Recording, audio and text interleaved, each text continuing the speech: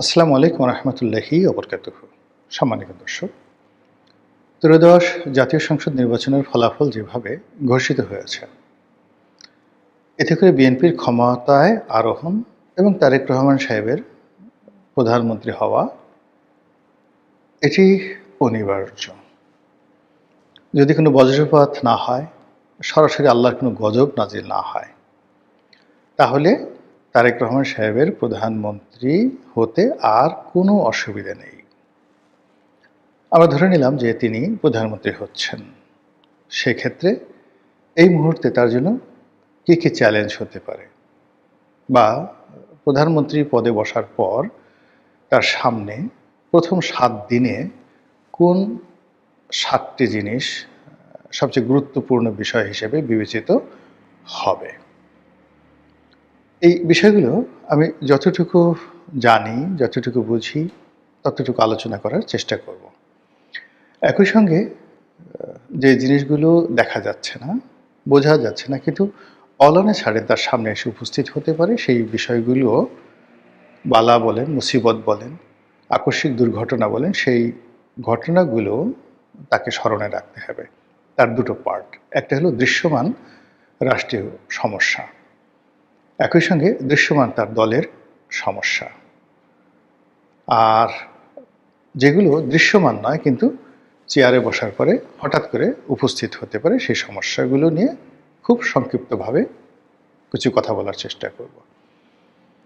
আমার কাছে মনে হচ্ছে যে তারেক রহমান সাহেবকে যদি এই রাষ্ট্রের হাল ধরতে হয়, তাকে সবার আগে দেশের অর্থনৈতিক অবস্থা কোন পর্যায়ে আছে এটা বুঝতে হবে। আর এটা বোঝার জন্য প্রাইভেট যে ব্যাংকগুলো রয়েছে, আর বাংলাদেশ ব্যাংক, এটা গভর্নর নয়, ডেপুটি গভর্নর যারা আছেন, এক্সিকিউটিভ কর্মকর্তা আছেন, এরকম ব্যাংকিং সেক্টরের অন্তত ২০ থেকে ২৫ জন দিকপাল যারা বর্তমান দায়িত্বে আছেন। আর তার সঙ্গে সঙ্গে এখন দায়িত্বে নেই, কিন্তু ফাইন্যান্সিয়াল এক্সপার্ট ব্যাংকের সঙ্গে ছিলেন, কিন্তু মোটামুটি রিটায়ার্ড করেছেন বছর খানেকের মধ্যে। এইরকম ৩০ জন লোকের সাথে ১ থেকে ১.৫ ঘন্টা পরপর ৩-৪ দিন বৈঠক করে তাকে জানতে হবে যে এই মুহূর্তে টোটাল বিদেশি ঋণ কত, বাংলাদেশি ঋণ কত আছে ব্যাংকগুলোর কাছে, সরকারি কর্মকর্তা কর্মচারীদের বেতন হয় কিভাবে, এই বিষয়গুলো তাকে জানতে হবে। আর গত ১৭ মাসে কত হাজার কোটি টাকার মুদ্রা ছাপানো হয়েছে, এবং আগামী ৬ মাস রাষ্ট্র পরিচালনা করার জন্য তাকে আরও কত নতুন মুদ্রা ছাপাতে হবে, এই বিষয়গুলো তাকে নোট নিয়ে মুখস্থ করতে হবে, এবং he must have his own financial plan. Governor কি বলল, তার অর্থমন্ত্রী কি বলল, এগুলো শুনলে হবে না।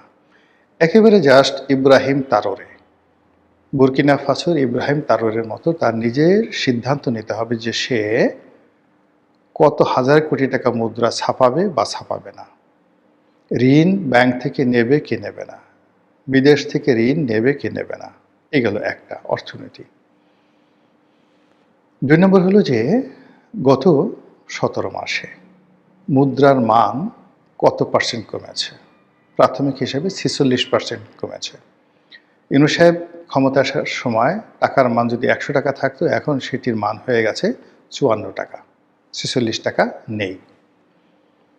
এই যে ৪৬ টাকা নেই, এর ফলে টোটাল আমানতে কি সমস্যা হয়েছে, জনগণের কাছে যে টাকা আছে সেটার কি সমস্যা হচ্ছে, স্বর্ণের বাজার কি অবস্থায় আছে, ডলারের বাজার কি অবস্থায় আছে, এবং এই বিষয়গুলো কিভাবে তিনি সমন্বয় করবেন। এজন্য তার যাকে বলা হয় বিশ্বস্ত যারা অর্থনীতিবিদ রয়েছেন, ট্রাস্ট অর্দি, সৎ, অনেস্ট এবং আমলাদের মধ্যে রিটায়ার্ড, যাদের দীর্ঘকালীন সুনাম এবং সুখ্যাতি ছিল বা আছে, এরকম অর্থনীতিবিদদের কাছে এই দুটো জিনিস তাকে জানতে হবে। ৩ নম্বরে যেটি আছে সেটি হলো আগামী ৬ মাস আমাদের চাল, ডাল, আটা, ময়দা, চিনি, এটা রিজার্ভ কোন পর্যায়ে আছে, আমদানির অবস্থা কি, ভর্তুকির অবস্থা কী, জ্বালানি তেলের অবস্থা কী, বিদ্যুৎ খাতে ইমিডিয়েটলি কত হাজার কোটি টাকা তাকে পে করতে হবে। আদানি, সামিট থেকে শুরু করে অন্য যে সকল পাওয়ার প্ল্যান্ট কোম্পানিগুলো আছে তারা কত টাকা পাবে।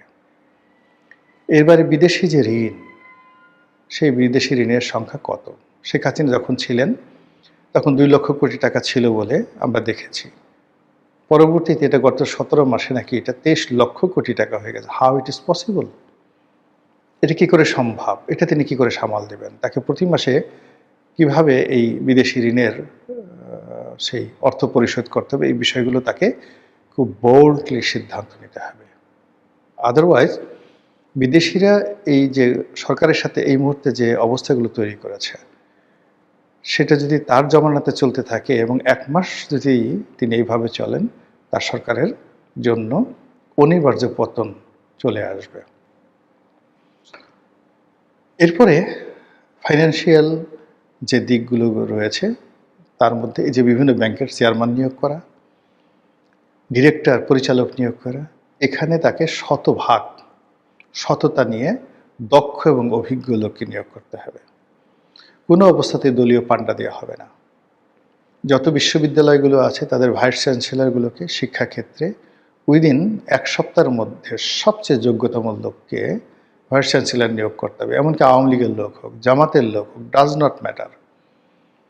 শিক্ষাক্ষেত্রে সবচেয়ে যোগ্যতম লোককে ভাইস চ্যান্সেলর নিয়োগ করতে হবে, প্রিন্সিপাল নিয়োগ করতে হবে, প্রক্টর নিয়োগ করতে হবে এবং ওখানে মব 100% নিষিদ্ধ করতে হবে। তারপর সেটি হলো আইনশৃঙ্খলা। উইদিন 1 মাসের মধ্যে তাকে দৃশ্যমান আইনশৃঙ্খলার ব্যাপারে দৃশ্যমান ব্যবস্থা গ্রহণ করতে হবে এবং সেটা সেই আগের যে অপারেশন ক্লিন হার্টের মতো। গত 17 মাসে তিনি 8,000-এর মতো দলীয় নেতাকর্মীকে বহিষ্কার করেছেন। এই 8,000 নেতাকর্মীর বাইরে আরও যারা আছে, ধরুন 15,000, উইদিন 7 ডেজের মধ্যে তিনি তালিকা করে ফেলবেন। এই 15,000 লোকের মধ্যে দরকার হলে আলাদা জেলখানা বানিয়ে তিনি তার দলের এই অপরাধীদেরকে তিনি গ্রেপ্তার করাবেন। Does not matter who is he, হোক তার আত্মীয়ান্ত আপনজন। আর এই কাজটি যদি তিনি করতে পারেন, সারা বাংলাদেশ তাকে মাথায় করে রাখবে। আর এই কাজটি করতে যদি ন্যূনতম তিনি গাফিলতি করেন, অলসতা দেখান, তাহলে সর্বনাশ ঘটে যাবে। আরেকটি হলো তিনি লন্ডন থেকে যে গ্রুপটি নিয়ে আসছেন, সেই গ্রুপের সঙ্গে যারা বাংলাদেশে গত 17 বছর ধরে কষ্ট করেছেন, তারপরে ত্যাগ তিতিক্ষা প্রমাণ দিয়েছেন, জীবন তছনছ করে দিয়েছেন দলের জন্য, তাদেরকে মূল্যায়ন করতে হবে এবং কোনো অবস্থাতেই তার লন্ডনে গ্রুপ দ্বারা যেন দলের পরীক্ষিত নেতাকর্মীরা লাঞ্ছিত না হন, অপমানিত না হন, এই কাজটি করতে হবে। আর তার ক্যাবিনেট থাকবে, মন্ত্রিপরিষদ থাকবে, তিনি তার মতো করে করবেন, কিন্তু তার একটা কিচেন ক্যাবিনেট থাকতে হবে এবং সেই কিচেন ক্যাবিনেটে পরীক্ষিত তিনি যাদের মনে করবেন যে ভালো মানুষ, ভালো মানুষ মানে চোট্টা না, তারপরে ধর্ষণকারী নয়, দুর্নীতিবাজ নয়, মদখোর নয়, লেখাপড়া জানেন শুধুমাত্র অক্সফোর্ড হার্ভার্ডে না, মানে সত্যিকার অর্থে লেখাপড়া জানেন, আবার লেখাপড়া জানেন কিন্তু দাঁত মাজেন না, লেখাপড়া জানে কিন্তু মাথার চুল আঁচড়ান না, লেখাপড়া জানেন মুখ দিয়ে গন্ধ আসে, বগল দিয়ে গন্ধ আসে, পা মানে জুতার দিকে তাকালে বমি আসে, এরকম জ্ঞানী গুণীকে দিয়ে তারেক রহমান সাহেবের কিচেন ক্যাবিনেট হলে চলবে না। তাকে কেতাদুরস্ত বারাক ওবামার মতো স্মার্ট লোক লাগবে, মানে যা সেটা ধারণ, মানে কথা, শিক্ষা, পোশাক আশাক এবং পারিবারিক জীবন সব মিলিয়ে বারাক ওবামাকে যদি আমরা আদর্শ মানুষ হিসেবে ধরি, এইরকম কিছু লোক তার লাগবে তার কিচেন ক্যাবিনেটে, বিভিন্ন বয়সের 10 থেকে 12 জন। আদারওয়াইজ তার যে অপূর্ণতা রয়েছে, তিনি 17 বছর দেশের মধ্যে ছিলেন না, টেকনোলজিক্যাল তার যে জ্ঞানের অপূর্ণতা থাকতে পারে, অর্থনীতির ব্যাপারে থাকতে পারে, রাজনীতির ব্যাপারে থাকতে পারে, এটা তার সেই কিচেন ক্যাবিনেট অনেকটা সম্রাট আকবরের 9 জুয়েলসের মতো এরকম তার 9-10 জন জুয়েল লাগবে। আর মন্ত্রী পরিষদে যারা মন্ত্রী হবেন তারা তো দলের মধ্যে থেকে হবেন, তারা তাদের মতো অর্ডিনারি কাজ করবেন, কিন্তু আর কিচেন ক্যাবিনেটটা অত্যন্ত স্ট্রং হবে। এবং শেখ হাসিনা যে 15 বছর টিকে ছিলেন তার কিন্তু অত্যন্ত স্ট্রং একটা কিচেন ক্যাবিনেট ছিল। সেখানে এস.টি. ইমাম, মশিউর রহমান সাহেবের মতো মানুষ, মানে বিখ্যাত বিখ্যাত সব যারা ঝানু লেখাপড়া যারা মানুষ, তারা কিন্তু ছিলেন সামরিক বেসামরিক লোকজন। তারও কিন্তু এরকম লাগবে। এবং এখন যারা আছে, তার আশেপাশে যারা আছে, এই কিচেন ক্যাবিনেটে মেম্বার হতে পারেন এরকম একজন লোককেও আমার পছন্দ হয় না। ফলে এই সমাজ থেকে তাদেরকে বের করতে হবে। অথবা যে সমস্ত লোক বিদেশে টাকা খেয়ে বিরাট একটা ভুঁড়ি আছে, বড় বড় কথা বলে, টাকা দিলে কথা উল্টে যায়, এরকম লোকজন যারা ডক্টর ইউনূস সাহেবকে ডুবিয়েছেন, বিভিন্ন রিপোর্ট করার নাম করে টাকা নিয়েছেন, তাদের কাছ থেকে তাকে দূরে থাকতে হবে। এগুলো হলো তার নর্মাল কাজগুলো। আর বিপদ আপদ আসতে পারে, সেটা হলো যেটা এই যে প্রথমেই যেটা হবে, সরকারি যারা আমলা কামলা আছেন তাদের বেতন বৃদ্ধি করা হয়েছে, প্রস্তাব করা হয়েছে, এটি বাড়ানোর জন্য দাবি করা হবে। দ্বিতীয়ত হলো যে ডক্টর মোহাম্মদ ইউনূসের সময়টিতে বেশ কিছু সংস্কার করা হয়েছে, বিশেষ করে জাতীয় রাজস্ব বোর্ডে যে সংস্কারগুলো করা হয়েছে এগুলো পরিবর্তন করার জন্য তার উপর চাপ প্রয়োগ করা হবে। জুডিশিয়ারিতে কিছু সমস্যা হয়েছে, সেগুলো নিয়ে তাকে সিদ্ধান্ত নিতে হবে।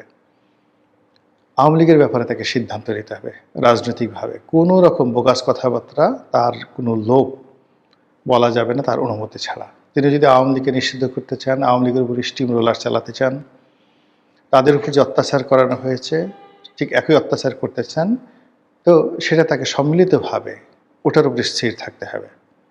কোনো দোদুল্যমানতা নাই। শেখ হাসিনা যেমন একেবারে বিএনপিকে শেষ করবেন, তারপর জামাতকে শেষ করবেন, সেই ব্যাপারে তিনি ডিটারমাইন্ড ছিলেন, তাকে কনফিউজ করা যায়নি। তো তাকেও এই ব্যাপারে সিদ্ধান্ত নিতে হবে আওয়ামী লীগের ব্যাপারে তিনি কী করতে চান। তিনি যদি আওয়ামী লীগকে রিফাইন্ড করতে চান, এস্টাবলিশ করতে চান, অথবা নিষিদ্ধ করতে চান, যে কোনো একটা ব্যাপারে তাকে আওয়ামী লীগের ব্যাপারে খুব স্ট্রং একটা সিদ্ধান্ত নিতে হবে, হোয়াট এভার মেবি। কিন্তু দোদুল্যমানতা সৃষ্টি হলেই তিনিও শেষ হবেন, তার দলও শেষ হয়ে যাবে। এর বাইরে ক্ষমতাসীন দল, তার দলের মধ্যে অন্তর্দ্বন্দ্ব, অন্তর্কলহ, যেটা 1991 সালে ছিল, সাত্তারের সরকারে ছিল, এমনকি শহীদ প্রেসিডেন্ট জিয়াউর রহমানের সরকারে ছিল। মন্ত্রীদের মধ্যে 2-3টা গ্রুপ ছিল।